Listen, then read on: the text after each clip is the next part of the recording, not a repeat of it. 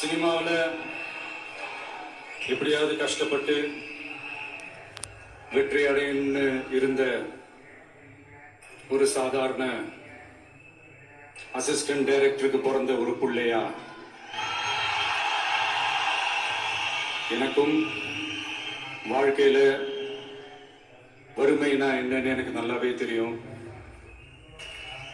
பசினா என்னன்னு எனக்கு நல்லாவே தெரியும். நான் ஒன்றும் பெரிய மன்னர் பரம்பரையிலிருந்துலாம் வந்துடல. உங்களை மாதிரிதான், உங்கள ஒருத்த மாதிரிதான், உங்க குடும்பத்துல ஒருத்த மாதிரிதான், உங்க புள்ள மாதிரிதான், உங்க மகன் மாதிரிதான், உங்க அண்ணன் மாதிரிதான், உங்க தம்பி மாதிரிதான்.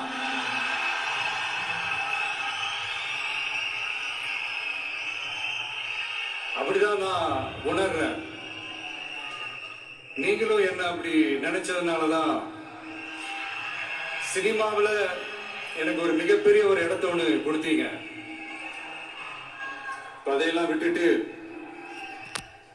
உங்களுக்காக நன்றி கடன் செலுத்துறதுக்காக அரசியலுக்கு வந்த உங்க விஜய, இந்த விஜய, நீ வா விஜய், நாங்களா இருக்கோம், பாத்துக்கிறோம். விஜய் தம்பி நீ வா, நாங்க இருக்கோம். விஜய் தம்பி நீ வா, நாங்க இருக்கோம். அண்ணா நீ வாடா, நாங்களா இருக்கோம். நண்பா நீ வா நண்பா, நாங்களா இருக்கோம் சொல்லி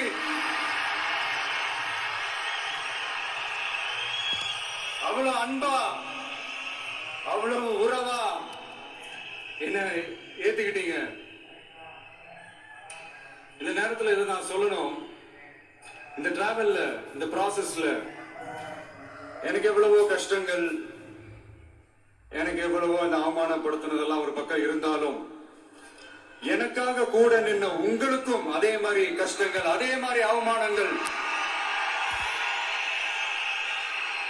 அதையெல்லாம் நீங்க பெருசா எடுத்துக்காம, அதையெல்லாம் நீங்க பொருட்டாவே எடுத்துக்காம, என்னோட வலிகளை, என்னோட வேதனைகளை உங்களோட தான் நினைச்சு என் கூடவே நின்னு இன்னைக்கு சி ஜோசப் விஜய் எனும் நான்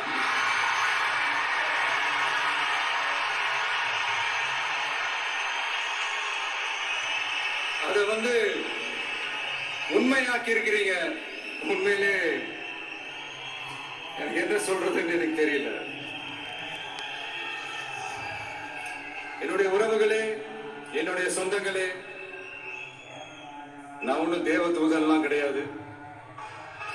நானும் ஒரு இயல்பான ஒரு வாழ்க்கை வாழ்ற ஒரு சாதாரணமான மனுஷன் தான். நான் முன்னாடியே சொன்ன மாதிரி அது செய்வேன் இது செய்வேன்னு பொய்யான வாக்குறுதிகள்லாம் கொடுத்தவங்கள நான் ஏமாத்த மாட்டேன். எது சாத்தியமோ அது மட்டும்தான் நான் செய்வேன். இம்மிடியட்டா உங்க மனசுல ஒரு கேள்வி ஒண்ணு வரலாம், அப்ப சாத்தியம் இல்லாததை செய்ய மாட்டாங்களா, செய்ய முடியாதா அப்படின்ற ஒரு கேள்வி ஒண்ணு வரலாம். இத்தனை கோடி மக்கள் என் கூட இருக்கும் போது எது வந்தாலும் பாத்துக்கலாம், என்ன வந்தாலும் பாத்துக்கலாம் அப்படின்ற அந்த கான்பிடன்ஸ் என் மனசுல இருக்கு. இன்னொரு விஷயமும் நான் இங்க சொல்லணும். இன்னைக்கு நம்ம தமிழ்நாடு கவர்மெண்ட் இருக்கிற அந்த நிலைமையை பத்தி நான் உங்ககிட்ட நான் சொல்லணும். கிட்டத்தட்ட 10 லட்சம் கோடிக்கு மேல கடன் வாங்கி வச்சுட்டு போயிருக்கிற இன்னைக்கு அந்த தமிழ்நாடு அரசு இருக்கிறப்போ, கஜானாவை சுத்தமா தொடச்சி வலிச்சு வச்சுட்டு போயிருக்கிறப்போ,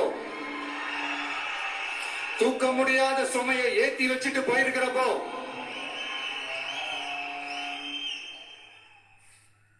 அப்படிப்பட்ட ஒரு நிலைமையில தான் இந்த பொறுப்பை நம்ம கையில எடுத்திருக்கிறோம். உடனே நீங்க நினைக்கலாம், என்னடா இவர் ஏதோ பொறி வச்சு பேசுறாரு அப்படின்னு. அப்படிலாம் எதுவுமே கிடையாது. உள்ள போய் பார்த்தாதான் தெரியும் எது எந்த நிலைமையில இருக்குன்னு, என்ன இருக்கு என்ன இல்ல, எது எந்த நிலைமையில இருக்கு எது எந்த நிலைமையில இல்ல. சோ அதையெல்லாம் பார்த்துட்டு உங்களுக்கு ஒரு வெள்ளை அறிக்கையா அதை வெளியிடணும்னு நான் நினைக்கிறேன். ஒரு டிரான்ஸ்பரண்டான ஒரு கவர்மெண்டா, அதாவது இன்னைக்கு நம்ம தமிழ்நாடு கவர்மெண்ட் இந்த நிலைமையில தான் இருக்கு அப்படின்றது உங்ககிட்ட சொல்லிட்டு I just want to take it forward from there. அதைத்தான் நான் முதல்ல செய்யணும்னு நினைக்கிறேன். தமிழ்நாடு பொறுத்த வரைக்கும் இப்ப யாரையாவது போய் ஏதாவது சந்திக்கணும் அப்படின்னா இந்த மூஞ்ச மூடிக்கிட்டு போய் சந்திக்கிறதோ, என்ன இந்த மறைமுகமா உங்களுக்கு தெரியாம போய் சந்திக்கிறதோ அப்படியெல்லாம் நான் செய்ய மாட்டேன். எதுவா இருந்தாலும் வெளிப்படையாக ஒளிவு மறைவு இல்லாம தான் நான் செய்வேன். இவ்வளவு பெரிய ஒரு பொறுப்பை என் கையில கொடுத்திருக்கிறீங்க. அதே நேரத்துல எனக்கு கொஞ்சம் அவகாசமும் நீங்க கொடுக்கணும்னு நான் ரிக்வெஸ்ட் பண்ணி கேட்டுக்கிறேன். நான் சொன்னதையெல்லாம் படிப்படியா நிறைவேற்ற நான் ட்ரை பண்ணுவேன், நிறைவேற்றுவேன். அதே நேரத்தில் எனக்கு கொஞ்சம் அவகாசம் கொடுத்தீங்கன்னா எனக்கு கொஞ்சம் உதவியாகவும் ஒத்துழைப்பாகவும் இருக்கும். இது உங்களுடைய ஆட்சி. பெண்கள் பாதுகாப்பை ரொம்ப ஸ்ட்ரிக்டா வச்சிருப்பேன். போதைப் பொருள் கலாச்சாரம் அதை கண்ட்ரோல் பண்றதுக்கு என்னென்ன ஸ்டெப்ஸ் எடுக்கணும், என்னென்ன முயற்சிகள் எடுக்கணும், இன்னிலிருந்து அதை நான் எடுப்பேன். நம்ம பசங்களை அதுல இருந்து காப்பாற்ற வேண்டியது நம்ம அரசனுடைய பொறுப்பு. அதே மாதிரி சட்டம் ஒழுங்க எல்லாருக்குமான பாதுகாப்பை நான் உறுதிப்படுத்துவேன். என்ன அவமானப்படுத்துறவங்களாகவே இருந்தாலும், என்ன கஷ்டப்படுத்துறவங்களாகவே இருந்தாலும், அவங்களும் என் மக்கள் தானே. நண்பர்களாக இருந்தாலும் எதிரிகளாக இருந்தாலும் 8 கோடி மக்களும் என் மக்கள் தானே.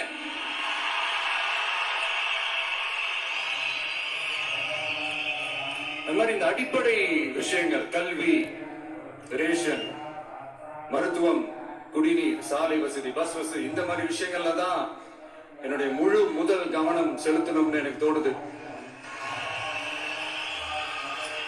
நான் முன்னாடியே சொன்ன மாதிரி மக்கள் பணத்துல இருந்து ஒரு பைசா கூட நான் தொட மாட்டேன். எனக்கு அது அவசியமும் இல்லை. அது உங்களுக்கு நல்லாவே தெரியும். இந்த விஷயம் தப்பு பண்ண மாட்டான், தப்பு பண்ணவும் விட மாட்டான். அது யாராக இருந்தாலும் சரி, என்னோட கவர்மெண்ட்ல என் கூடவே இருக்கிறவங்களாகவும் சரி, விட மாட்டான். சப்போஸ் யாருக்காவது அப்படி ஒரு எண்ணம் மனசுல இருந்துச்சுன்னா, நம்ம ஜெயிச்சுட்டோம், ஒரு ஆட்டம் ஆடி பார்க்கலாம் அப்படின்ற எண்ணம் யாருக்காவது இருந்துச்சுன்னா இப்பவே இந்த நிமிஷமே அதை எரேஸ் பண்ணிருங்க.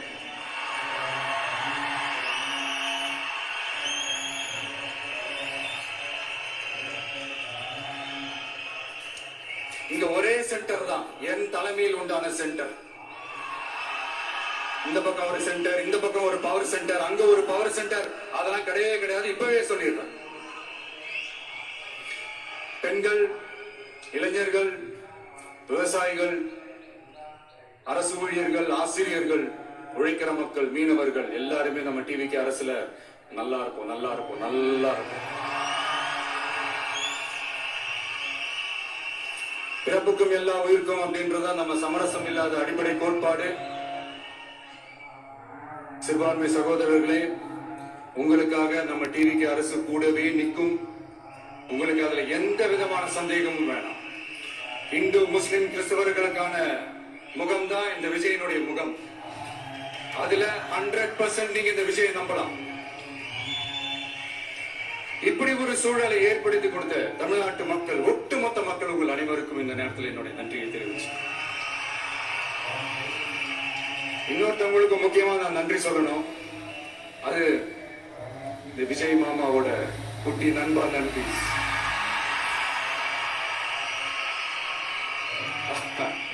அவங்களாலதான் இது நடந்திருக்கு. உங்களுக்கு எப்படி நன்றி கடன் செய்யணும்? உங்களுக்காக உங்க ஃபியூச்சரை மைண்ட்ல வச்சுக்கிட்டு எல்லா நல்ல விஷயங்களையும் உங்களுக்காக இந்த விஜய் மாமா செஞ்சு கொடுப்பான். கான்பிடண்டா இருங்க. அதே மாதிரி இன்னொருத்தவங்களுக்கும் நான் முக்கியமா நன்றி சொல்லணும். உங்களை எப்படி நான் மறப்பேன்? நீங்க தான் என்னோட உயிராச்சு. தமிழக வெற்றி கழக தோழர்களே,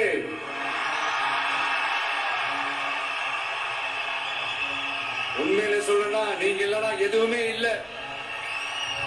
என்னோட கழக தோழர்களுக்கும், கழக நிர்வாகிகளுக்கும், வாக்கு சாவடி முகவர்களுக்கும், my dear virtual warriors,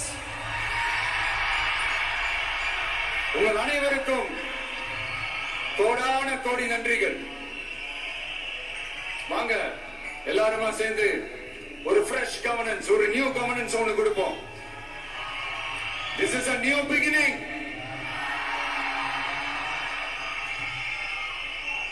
A new era of a real, secular, social justice starts now.